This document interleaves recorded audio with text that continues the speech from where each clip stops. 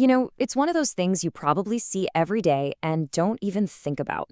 But that simple band you use to keep your hair back? Well, it has this surprisingly deep and really fascinating history, one that stretches all the way from ancient empires to the icons we know today. I mean, really, think about it for a second. You've got an ancient civilization, a revolutionary fashion movement, and literally one of the greatest athletes of all time. What on earth could possibly connect them? Yep, you guessed it, the humble headband. It's a story all about fashion, function, and some pretty powerful symbolism, all wrapped up in this one simple accessory.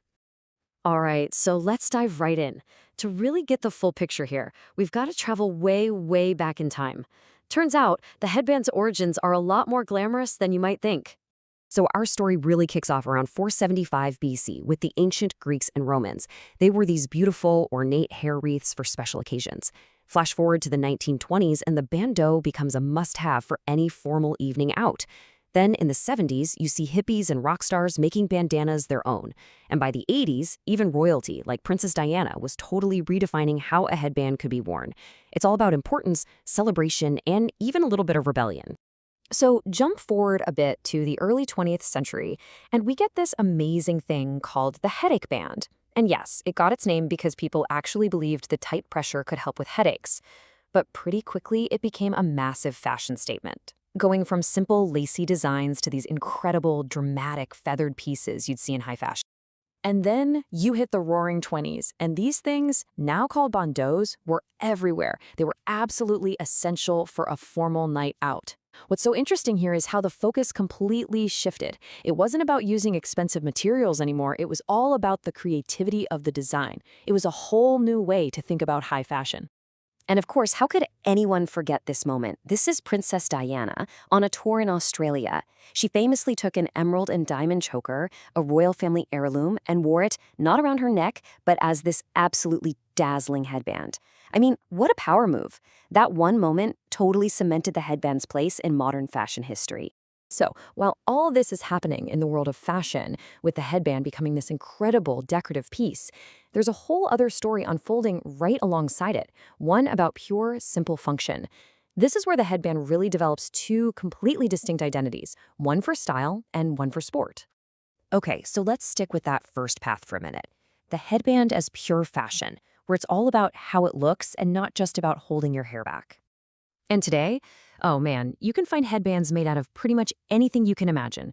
Of course, there's the usual plastic and fabric ones we all know, but you'll also see them made from metal, leather, and even some really unusual stuff like wood, hemp, or even bone. That variety just goes to show you how versatile it is as a fashion accessory. And here's a fantastic bit of trivia for you. Over in the United Kingdom, those common horseshoe-shaped plastic headbands are usually called Alice bands. The name comes straight from the classic illustrations of Alice in Through the Looking Glass. It's a perfect example of just how deeply this simple accessory is woven into our culture. All right, so now let's switch gears and look at that other side of the story, the super practical utilitarian headband where function is absolutely everything. And this is probably the first one that comes to mind for a lot of us, right? The sweatband. Made famous by athletes like LeBron James, it's designed for one job and one job only. Soak up sweat and keep it from getting in your eyes when you're working hard. So simple, but so effective. And then you've got the earband, which is just such a clever invention. It's perfect for anyone who runs or skis in the cold. It keeps your ears totally warm without the bulk of a full hat, and that lets heat escape from the top of your head so you don't overheat. Genius. But the list of practical uses just keeps on going. You've got thin neoprene bands for swimmers to keep water out of their ears. There are padded ones used in sports like football for a little extra protection. And, of course, the classic toothed headbands that basically have a comb built right in to lock your hair perfectly in place. Okay, and this brings us to the final piece of the puzzle. And honestly, it might be the most fascinating part of all, how the headband becomes this incredibly powerful symbol, packed with all sorts of meaning. A great place to start is in Japan. The hachimaki looks like a simple headband, but it's so much more than that. It's worn to show an incredible level of focus, determination, or deep devotion to a cause. And what's so cool is how this idea of a symbolic headband shows up in different ways. In traditional Korea, warriors wore them as a symbol of loyalty. And today, that tradition has been carried on by students who wear them for encouragement during the country's super intense college entrance exams. Sometimes they'll even have "do or die" written right on them. It's just a powerful link between the past and the present. And get this, the symbolism can get so strong that it becomes part of a national identity. Just look at the official flag of Corsica. It has a man's head on it, and he's wearing a white headband. It's literally embedded right into their flag, a permanent symbol for their people.